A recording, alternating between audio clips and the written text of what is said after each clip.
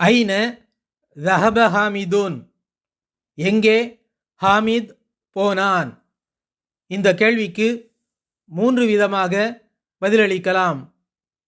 ஒன்று, ஹாமித் ஒரு பள்ளிக்கு போனான், அல்லது அவன் ஒரு பள்ளிக்கு போனான் என்று சொல்லலாம். சுருக்கமாக ஒரு பள்ளிக்கு போனான் என்றும் பதிலளிக்கலாம். ஹாமிதுன் ذهب இலா மஸ்ஜிதின், ஹாமித் பொதுவாக ஒரு பள்ளிக்கு போனான். ஹாமிதுன் ذهب இலல் மஸ்ஜிதி, ஹாமித் குறிப்பிட்ட அந்த பள்ளிக்கு போனான். இங்கு இலா என்பது ஒரு இடைச்சொல்லாகும். அதனை அடுத்து வரும் பெயர் சொல்லானது மஸ்ஜிதின் என்று இன் குறியீட்டிலோ அல்லது அல் மஸ்ஜிதி என்று ஈ குறியீட்டிலோ முடிந்துள்ளது. மின் என்றால் அதிலிருந்து என்று பொருள். இந்த இடைச்சொல்லை அடுத்து வரும் பெயர் சொல்லானது மின் கிதாபின் அல்லது மினல் கிதாபி என்ற அமைப்பு அல்லது பேட்டர்னை பெற்று வருகிறது. மின் கூட்டல் அல் கிதாபி மினல் கிதாபி, புத்தகத்திலிருந்து என்ற பொருளை தருகிறது. ஹுவ ذهب இலா மஸ்ஜிதின், அவன் பொதுவாக ஒரு பள்ளிக்கு போனான். ஹுவ ذهب இலல் மஸ்ஜிதி, அவன் குறிப்பிட்ட அந்த பள்ளிக்கு போனான். ذهب இலா மஸ்ஜிதின், பொதுவாக ஒரு பள்ளிக்கு போனான். ذهب இலல் மஸ்ஜிதி, குறிப்பிட்ட அந்த பள்ளிக்கு போனான். ذهب என்றால் போனான் என்று பொருள்.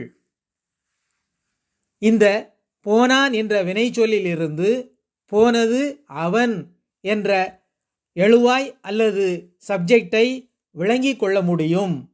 இங்கு அவன் என்னும் எழுவாய் அல்லது சப்ஜெக்டானது மறைந்து வந்துள்ளது.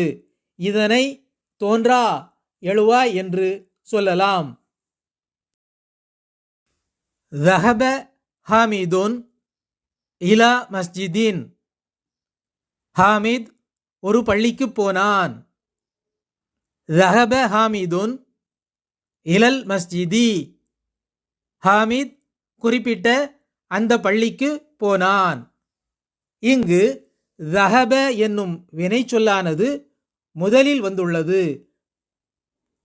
இதனை வினைச்சொல் சொற்றொடர் என்று சொல்லலாம். மன்னன் போனான் என்றாலும் போனான் மன்னன் என்றாலும் ஒரே பொருளைத்தான் தருகிறது. ذهب என்றால் போனான் என்று பொருள். இது ஒரு மூலச்சொல் அல்லது வேர்ச்சொல் ஆகும். ذهبوا போனார்கள், ذهبت போனாய், ذهبتم போனீர்கள், ذهبت போனேன், ذهبنا போனோம், ذهبت போனாள். இறந்த கால வினைச்சொற்களை பொறுத்தவரை அதன் இறுதியில் இணையும் சுருக்கெழுத்தானது போனது யார் என்பதை குறிக்கிறது. இது தமிழ் மொழியை போல் உள்ளது. ஹரஜ என்றால் வெளியேறினான் என்று பொருள். இது ஒரு மூலச்சொல் அல்லது வேர்ச்சொல் ஆகும். ஹரஜத் வெளியேறினாள். மின் ஐன ஹரஜ பிலாலுன், பிலால் எங்கிருந்து வெளியேறினான். இலா ஐன ذهب பிலாலுன், பிலால் எங்கே போனான். தமிழில் குடிக்க தண்ணீர் கிடைக்குமா என்று கேட்போம். மலையாளத்தில் வெள்ளம் இவட உண்டோ என்று கேட்பார்கள். அரபியில் எங்கிருந்து வெளியேறினான், எங்கே போனான் என்று கேட்பார்கள். தமிழில் எங்கிருந்து போனான், எங்கே போனான் என்று கேட்பார்கள். அல் ஹிந்து இந்தியா, அஸ்ஸீனு சீனா. خرج بلال من الهند وذهب إلى الصين. பிலால் இந்தியாவிலிருந்து வெளியேறி சீனாவுக்கு போனான். இங்கு அல் ஹிந்து, அஸ்ஸீனு போன்ற வார்த்தைகள் இடைச்சொல்லை அடுத்து வந்து அல் ஹிந்தி, அஸ்ஸீனி என மாறியுள்ளது. خرجت زينب من الكلية وذهبت إلى الجامعة. ஜைனபு கல்லூரியிலிருந்து வெளியேறி பல்கலைக்கழகத்திற்கு போனாள்.